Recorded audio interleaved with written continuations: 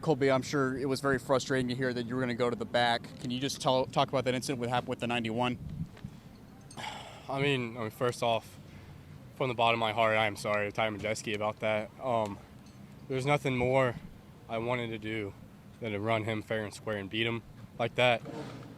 Somebody to run somebody like Ty down and pass him clean and win in a race like this would have meant the world to me. There's no ill intent behind it. We're driving these things to the absolute limit. And we went in there, we touched a little bit. I got loose, just he got a little looser. There was a little less grip where he was. I think that's why he ended up ultimately going around. But I'm sorry about it. I think the call was wrong to take me to the rear. I feel like they've been a little too quick on that. There's a few times at Cordial with Speedfest that they sent some guys to the rear that I didn't really feel like deserved that. So I'm kind of frustrated with the call with that. I think they need to be a little more understanding. This is a really big race, under 50 to go, going for the win. I feel like there should have been a little bit more leniency there for that. Are you going to talk to Ty now? Yeah, I walked down there to look for him. I think they were in line trying to get out of the track. But I will talk to him. I'm good friends with some of his buddies, so if I don't talk to him here, I'll get his number and call him for sure. But 100%, an accident on my part.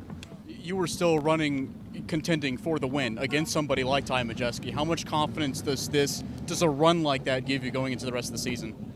Huge, and pissed me off even more. Now I want to go win even more now at Pensacola. But this win would have meant the world to me. We were struggling really bad in practice. I wouldn't say struggling, but we just couldn't really quite get to it. We didn't qualify that great. And then we drove up through the field. Got lucky with some cautions and some guys pitting with track position. But at the end, it was going to be between me and Ty, I think. 24, I don't think he had it. He was hitting every single thing out there except the pace car. So really, really wanted to outrun Ty fair and square tonight. Can you talk about, do you have what's your schedule for on the NASCAR side of things? Right now, anything for NASCAR.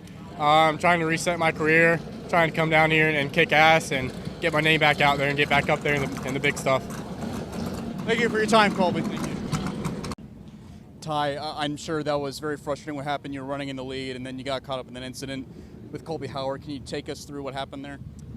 Yeah, honestly, we just should have never been in that spot. We that last set of tires, we missed the stagger by like over a half inch. So we were just obviously playing defense there, and I was trying to give Colby a bunch of room, and because I kind of knew I was beat, I was just trying to keep my momentum up and try and, like I said, use up some more racetrack in 1 and 2. And he was obviously trying to, use all the racetrack he could and was holding me tight. And I watched the replay a couple times. I got loose in. I feel like he probably approached the pass a little bit wrong based on where he was beating me. And, I felt like probably cost himself a win there. So, like I said, disappointed. We were, pretty good at different parts of the race and put ourselves in position to win, had the right strategy. And, just like I said, just kind of missed the stagger that last run. And when you do that by as much as we did, you're going to be on the defense. So just wasn't our night tonight, but overall really proud of the effort, not being here all week, showing up yesterday.